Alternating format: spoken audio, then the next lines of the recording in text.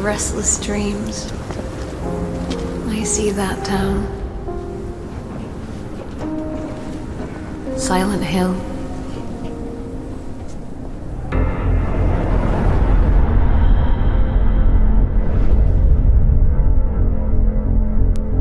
In my last video, I called the original Silent Hill 2 a masterpiece. I spoke about its incredible atmosphere, its deep storytelling, and the emotional weight it carried. The monsters weren't just there to scare you. They were reflections of James's psyche, symbolic projections of his trauma, guilt, and pain. Silent Hill wasn't just a town. It was a manifestation of suffering, a place soaked in metaphor and mystery. The original game left an emotional mark on players. Its cryptic dreamlike narrative still lingers decades later. And at the end of the video, I mentioned something important. I mentioned I hadn't played the remake yet.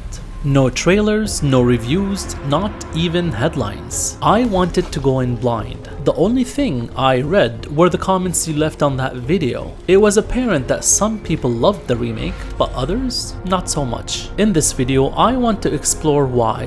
Why did some hardcore fans hate this remake? Why did others love it? Let's first get something out of the way. This is one of my favorite survival horror games of all time. It terrified me, it immersed me, and it got under my skin. But it also made me realize something that I couldn't shake off. While this game, like the original, is amazing, it wears a very different skin.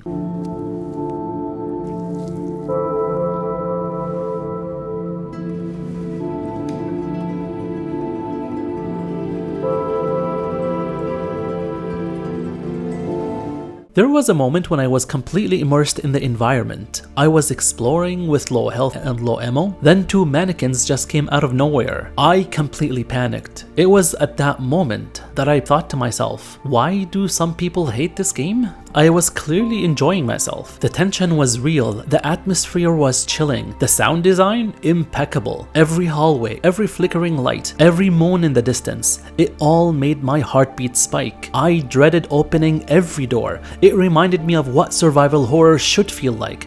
But the more I played, the more I started to feel a quiet disconnect, a whisper in the back of my mind telling me this isn't quite the same as the original. And eventually I understood why. It's not that the remake is poorly made, it's made differently. For example, I said the original was a psychological horror game, not a survival horror game. So gameplay was not front and center. For this remake, we can flip that. The remake is a survival horror game through and through, and gameplay takes on a much more important role. And while it remains faithful to the original in so many ways, this change in style makes the remake miss a few subtle yet important elements that made the original feel so unique.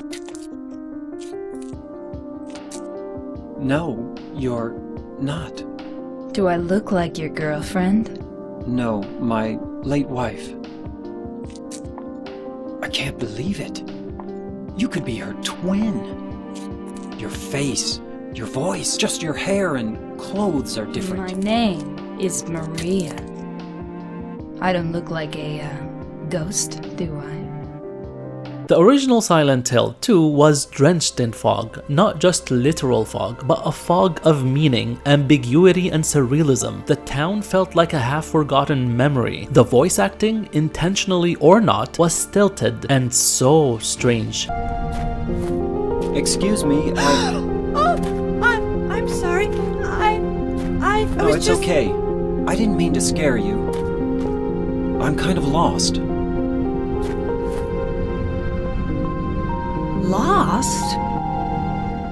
Conversations didn't feel natural, characters didn't speak the way real people do, but somehow it worked. The awkwardness gave the entire game a dreamlike haze, as if none of it was real. In the remake, the fog is still there, but it's more realistic. The graphics are beautiful, but that comes with a trade-off. When James steps into Silent Hill in the remake, it feels like he's walking into a real town. The town feels abandoned, yes, but real, tangible, solid. And here's the thing, Silent Hill is a real place in the lore, but this real tangible place presents itself differently to different people.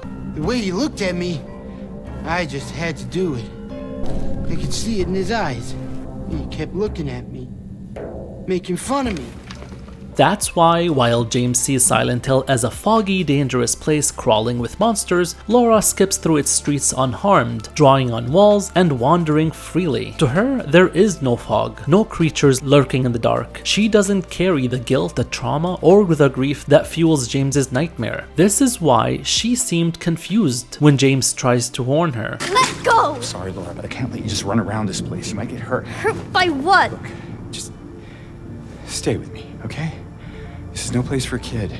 But it is possible that Silent Hill makes Laura see one monster, a monster that she keeps running away from during the entire game. But that is a topic for another video. But that's why the subconscious element of the story makes the surreal, dreamlike tone of the original so important. The town isn't just haunted by monsters, it's haunted by you, by your guilt, grief, and trauma. In the original, you always had this uneasy question in the back of your mind. Is any of this real? One of the best examples comes from the jail cell scene with Maria. Just see the difference between the two. James, honey, did something happen to you? After we got separated in that long hallway? Are you confusing me with someone else? You were always so forgetful. Remember that time in the hotel? Maria? You said you took everything, but you forgot that videotape we made. I wonder if it's still there. How do you know about that? Aren't you Maria? I'm not your Mary. James? Honey? Did something happen to you? After we got separated in that long hallway?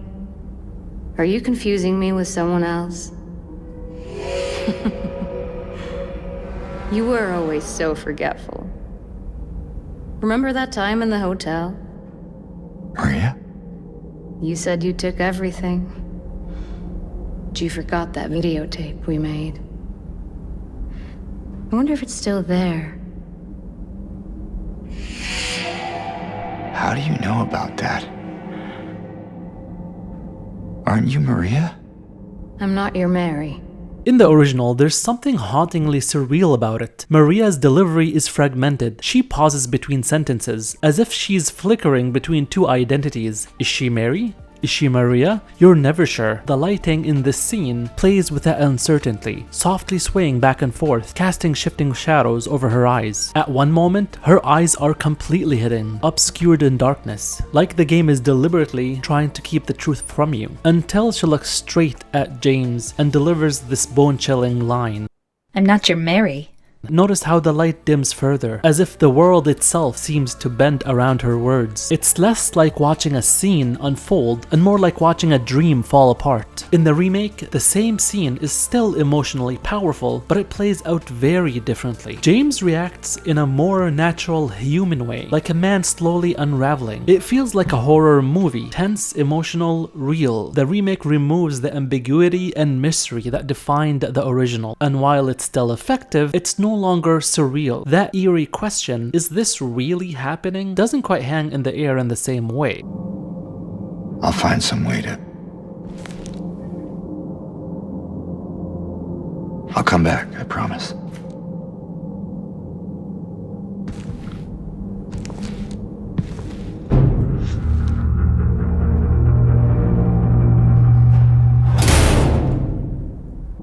When James encounters his first monster, there's a weirdness to it. The stuttering movement, the way James reacts, it doesn't feel grounded. It feels like a waking nightmare. In the remake, those moments feel more polished, and that polish strips away some of the mystique feeling. Add in the professional voice acting, which is more emotionally accurate and grounded, and suddenly, Silent Hill starts to feel more like a tragic place than a surreal one. It's not a failure of design, it's just a different design philosophy. The The original felt like a dream, slowly turning into a nightmare. The remake feels like you are walking through the wreckage of something that already ended, like the mansion in Resident Evil. Both are valid, but only one makes me question what was real. I honestly don't think Bloober team failed at remaking the original's vibe, simply because they were not attempting to mimic the original. They chose to create their own version of Silent Hill. This point was made clear when they chose to make the dialogue more real and grounded, not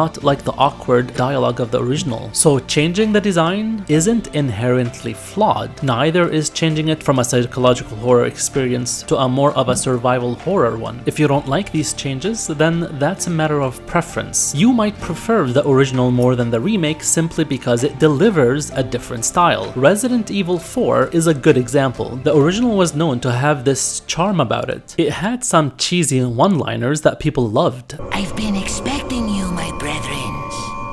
No thanks, bro. I've sent my right hand to dispose of you. Your right hand comes off? But the remake didn't fail by removing the original's comedic one-liners and dad jokes. This is because its goal wasn't to replicate the tone of the 2005 classic, but to reinterpret it through a more serious and grounded lens. Rather than mimic the charm that defined the original, the remake aimed to deepen the horror atmosphere and emotional weight of the story. And this is what I believe Bloober team were aiming for. The remake did not fail. It succeeded by becoming a spectacular survival horror experience. The remake is not just Silent Hill with better graphics. It is an entirely different experience with its own identity. Having said that, in my next video, I'll point out some changes Bloober team made that I do consider flaws. I'm not talking about preference here. I'm talking about objective issues. Changes that actively detract from the experience. And most of them, they revolve around character design. But it's probably not what you think when I say character design. You will have to judge for yourself in the next video. For now, please like, comment, and subscribe. And if you've got thoughts about the remake, please drop them below.